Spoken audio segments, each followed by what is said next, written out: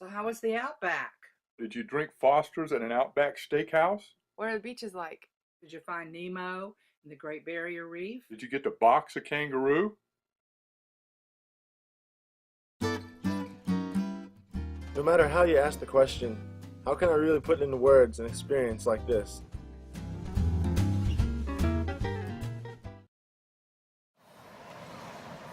Okay, maybe instead of words, I could just show you.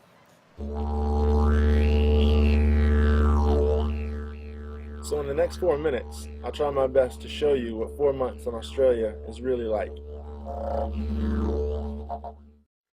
Saying our last goodbyes to our friends and families in the States, my buddy Richie and I would find our new home in Newcastle, Australia.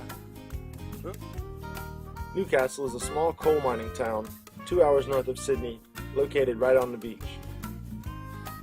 With classes only 2 days a week and the beach only a short bike ride away, you can imagine where Richie and I spent the majority of our free time. Jess and Chris on the left were our new Australian roommates, and this was a common scene in our house as we got to know each other. My American friends and to my American counterparts that I'm speaking to at the moment, I'm not quite sure who you are, but all I have to say is it's an absolute pleasure to have got to meet them and even to live with them. It's awesome. And the difference is it's only just begun. It had only just begun, and as soon as we were comfortable with Newcastle, it was time for our Easter break trip from Brisbane to Cairns. It was a legendary 9-day road trip with 60 study abroad students from all over the world. Let's see, we visited Steve Irwin Zoo, Fraser Island, the world's largest sand island, went whitewater rafting, stayed on our own resort island and went sailing on the Whitsundays, went skydiving, and we ended the trip snorkeling and scuba diving in the Great Barrier Reef.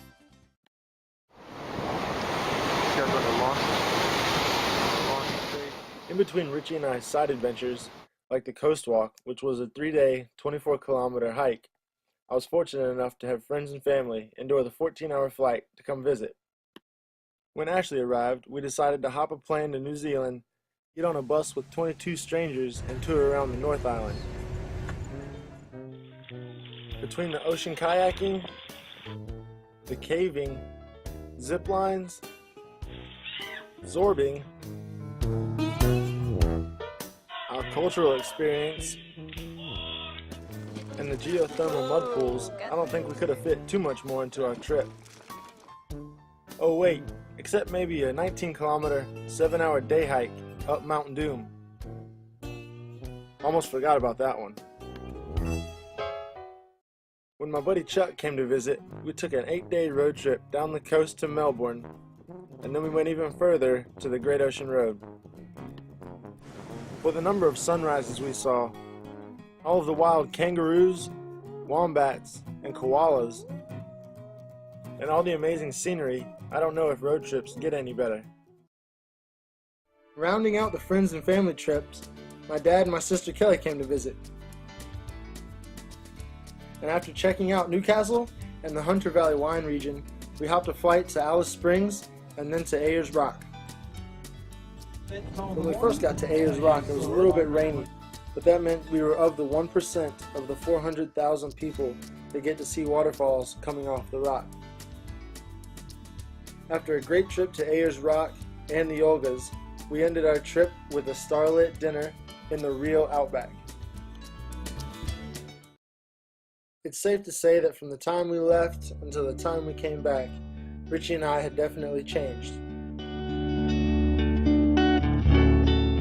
And although I can't tell you exactly when or why we changed, I can tell you that it had little to do with our experiences, but much more to do with the people we shared those experiences with.